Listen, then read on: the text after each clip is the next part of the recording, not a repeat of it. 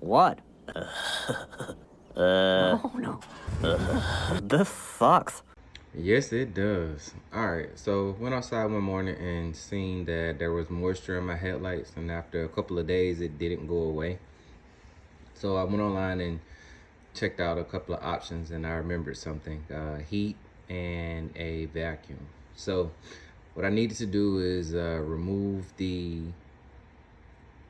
air filter box, and once the air filter box is out of the way or moved to the side, then I can access the headlights.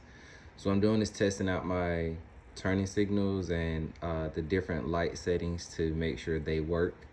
And what's going on is I'm noticing that the headlight is not turning on.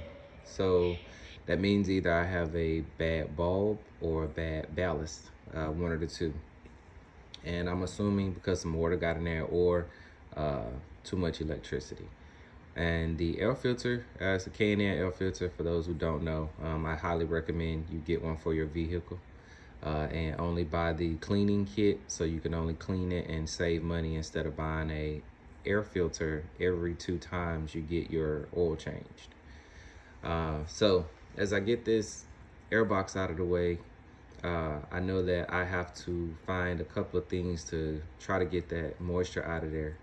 But in trying to get to the bulb, I'm having some struggles so I'm prepping this space to use my little gadget that I put together, which is some leftover brake hose, Gorilla Tape, and a vacuum cleaner.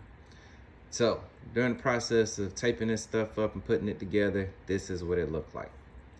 So I had to take the vacuum hose and snake it inside the headlight and turn the vacuum cleaner on. That will remove the moisture that's in the air from inside, and it would assist you if you added heat.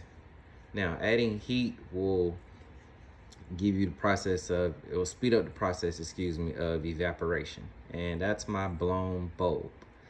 Now, that means I have to replace the bulb or the ballast, like I said earlier. I want to change these out with a more blue color.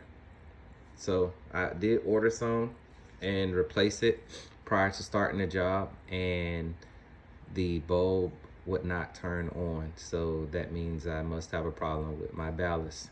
I didn't check it on the other headlight, which I probably should have. So I just returned them to Amazon.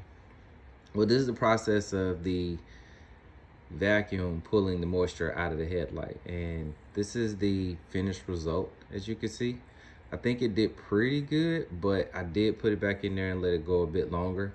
Right now, the vacuum is still going, pulling moisture out of the headlight, and I left it that way. This took maybe 2 hours, 3 hours maybe. It wasn't a quick process because if you saw the heavy beating, I knew that I needed to add the cardboard box to add some heat in there. So I took off the high beam bulb out and put the tubing inside of there to remove the moisture from inside of the high beam light. Here, as you can see, the moisture that was in the corner, the top left, is gone now.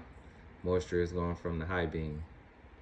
So, quick and easy way, use a vacuum and use a Gorilla Tape and hose. Again, I recommend a longer hose than I had. That way it can really get in there, or you can actually pull up some of that water inside. And this is how you remove headlight moisture from your headlights, or how I remove moisture from my headlights the easy way. Some people will tell you to change out the whole thing, but I don't recommend it. I really don't. That's going to be all for now. I appreciate you stopping by. If you have any comments or questions, let me know below.